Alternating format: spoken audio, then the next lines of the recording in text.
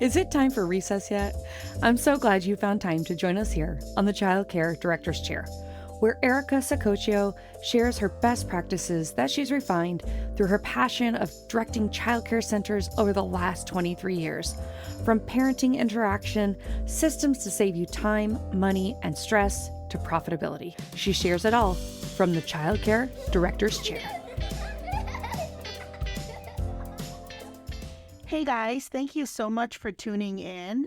I wanted to just take a quick second to say thank you to all our listeners out there from Rhode Island, Michigan, Florida, Utah, South Carolina, California, Connecticut, Illinois, Ohio, Kansas, and Texas. I see you. Thank you guys for showing up and showing out. I cannot even believe how many listeners from those states have tuned in and to our brand new podcast. Only been up for like 2 weeks. I am beyond thankful and humbled. So I just wanted to get that right up front in today's podcast. So as we're rolling into the start of the school year, August is here. I know that many of you are thinking about how to set up your classroom and get organized for the upcoming school year. And if you're anything like me, the beginning of the school is so fun and so exciting. And I'm from New England, so I really can't even wait to start talking about apples. And I definitely dig into I'm a candle lover. My apple scented candles at home while working on my curriculum and lesson planning.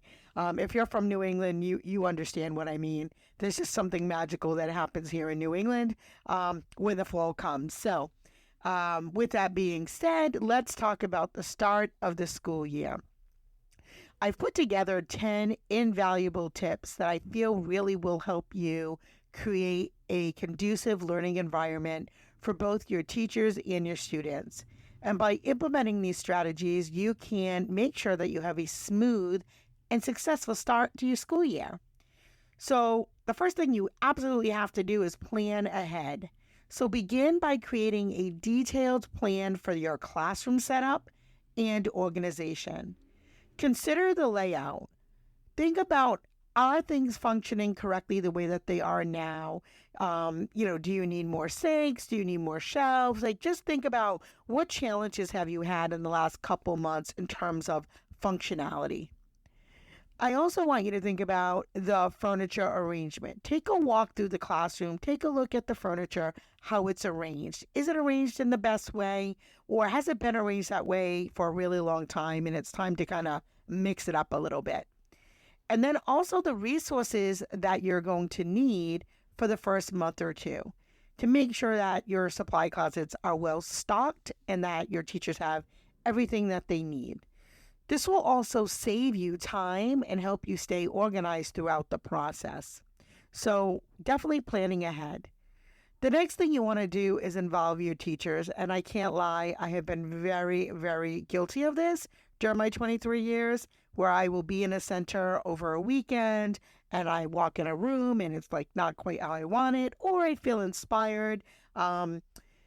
And I would go and change somebody's entire classroom on them. So I can't say I have not been guilty of it, because I have. And if you've been a director for a long time, I'm going to go with you probably have too. But I always have found the best results are when you collaborate with your teaching staff. Gather their input and ideas. And to be honest, let's face it, they're the ones in the room 8 to 9 hours a day. We're not. So involving them in the decision-making process really will help you foster a sense of giving them some authority, giving them the opportunity to have some ownership in their classroom, and encourage their commitment to creating an effective learning space. You want to make sure that you clear the clutter. So anybody who works with me will tell you I go crazy when there's stuff all over the counters. So make sure that you start your year with a clean slate. Remove any unnecessary items from your classroom. Is there lots of things hanging on the wall that are from students from 5 years ago? Those are all lovely and stuff, but they really can gather up really quickly. Or the Christmas cards from 3 years ago. Keep those things sentimental. Maybe make a scrapbook where you can still share them. They can still be a part of your classroom, but, all throughout the school, all throughout every shelf, every wall. It probably should be clean and clear, ready to collect new mementos from your new students. So ensuring that only essential materials are readily available is really important to help create a clutter-free environment. And that also helps promote focus and positivity. Think about even your own office space when there's lots of things on the desk, or there's, bins and buckets of things, from the floor to the ceiling, because we all know that happens too. Everything that gets broken or needs to be fixed or somebody doesn't want somehow always lands in my office. So making sure that you also clean not only the classrooms, but your office as well. And everybody who comes to your school for a tour, your state worker, parent meetings, meetings with teachers, all those things, they all come typically to your office. So make sure your office is also clear of clutter.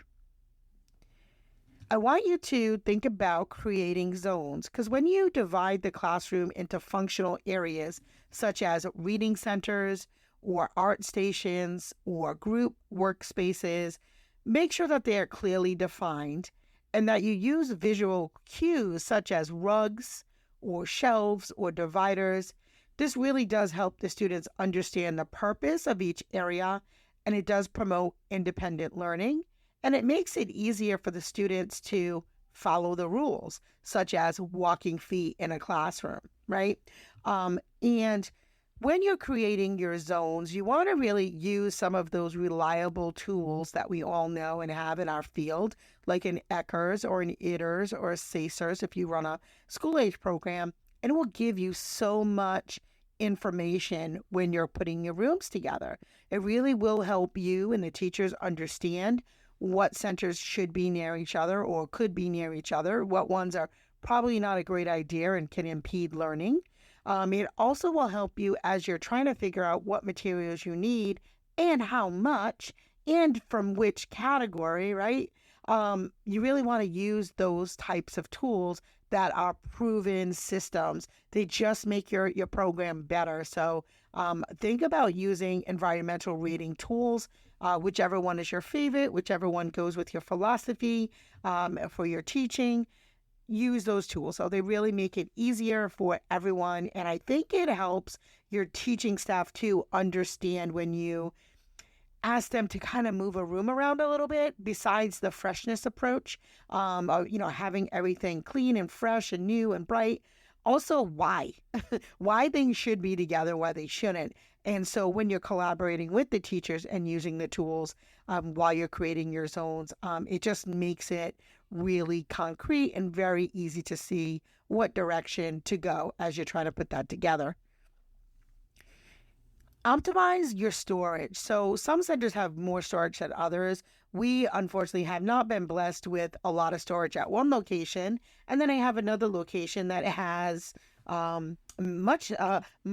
many places to store things, and extra closets and extra shelves, and not, but every center has that ability. So make sure that you provide ample storage solutions for the teachers to keep their materials organized. Consider using labeled bins, shelves, or cubbies to make sure that everything has a designated place. This will also help you with minimizing that clutter that we talked about and making sure that resources are easily accessible.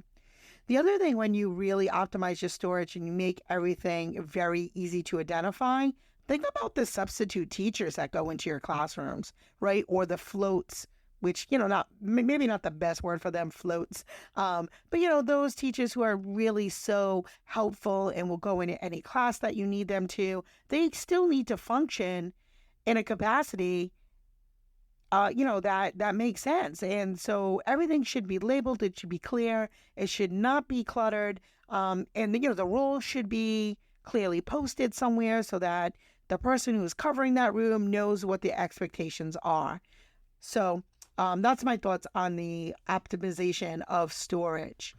You also want to think about utilizing that wall space and maximizing the use of wall space by displaying educational posters, pictures of families, charts, students' work.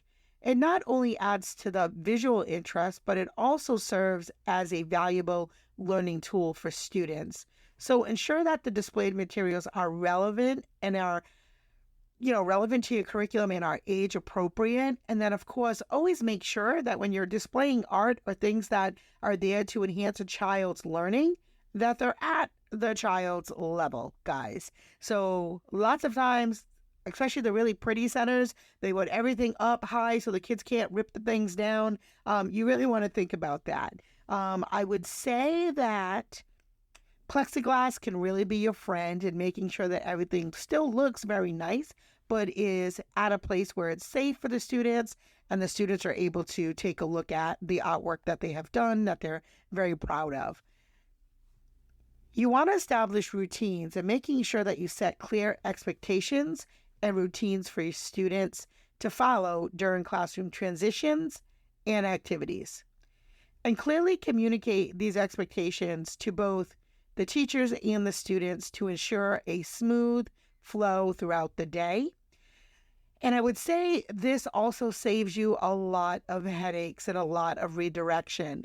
When everything is clear, the expectations, the routines, and they're consistent, that's the other part, being consistent, which is why it's so important for the teachers who sub and float to also have as much information on how the day runs as possible. So if everything is posted, everybody is on the same page. And I would say that's probably one of the biggest complaints from teachers who come in later in the day or only work part-time. They feel like they don't really always know what they're supposed to be doing, especially if they're, one day they're in a pre-K room and then the next day they're in the infant room. So try to really help those folks out. Lastly, I would say, well, maybe not last, but close to last, I would say incorporating technology. So using technology as a tool to enhance your classroom organization, you can use digital platforms for your lesson planning, for your attendance, and communication with parents. And this really does help streamline all of your administrative tasks and allows for efficient classroom management. What I really love about teachers who really do a great job documenting conversations and documenting, everything that happens in a classroom. If I have a parent who calls me after hours, I can hop right into the school's communication porthole and take a look at what had happened throughout the day. Who was the teacher in the room? Who were the students in the room? Just all of that information is right at my fingertips, even after hours. So it's just a great way to keep everything streamlined in one space so that the teachers have access, the parents have access, and the admins have access. I would also say, like we tell all of the families, make sure you label everything. Labeling is key to maintaining an organized classroom. So use clear and consistent labeling systems for your supplies, for your shelves, and of course, students' belongings. This really does help students develop a sense of responsibility and independence in keeping their materials organized, especially those preschoolers and older toddlers who are able to put their things in their cubbies and take them out.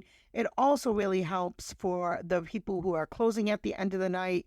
The worst thing ever is the teacher has left for the day at 4 or 4:30, and the closing staff are trying to find Johnny's lunchbox at 5:15.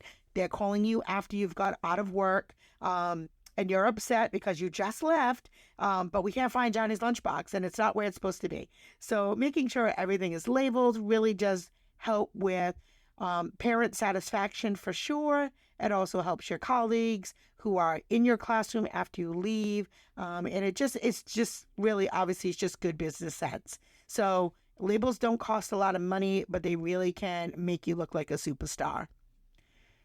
You also, after you've done all of this work, you want to make sure that you have some regular maintenance. So you want to make sure that the classroom setup is organized and regularly maintained. So conduct periodic checks to ensure that the materials are in order, that the storage areas are tidy, and that the resources are replenished. And this will help sustain a organized environment throughout the school year. So those are 10 tips that I think really will empower your teaching staff and create an environment that promotes learning, that's engaging and productive. So let's get the start of the school year. Let's do it right. Let's prioritize that classroom setup and organization, and let's watch while your center thrives. So thank you for tuning in today. I hope that this was very helpful for you. Please leave us a comment below. We'd love to hear some of your tips and strategies that you think can help all of us in this wonderful childcare director community. Have a great day. Well, all the cute little kiddos have been picked up and it's time to go home. And that'll do it for another episode of the Child Care Director's Chair. Please leave a review so Erica knows the information is helping you to manage and improve your childcare centers. Remember to subscribe to get the latest episode from Erica's Child Care Director's Chair.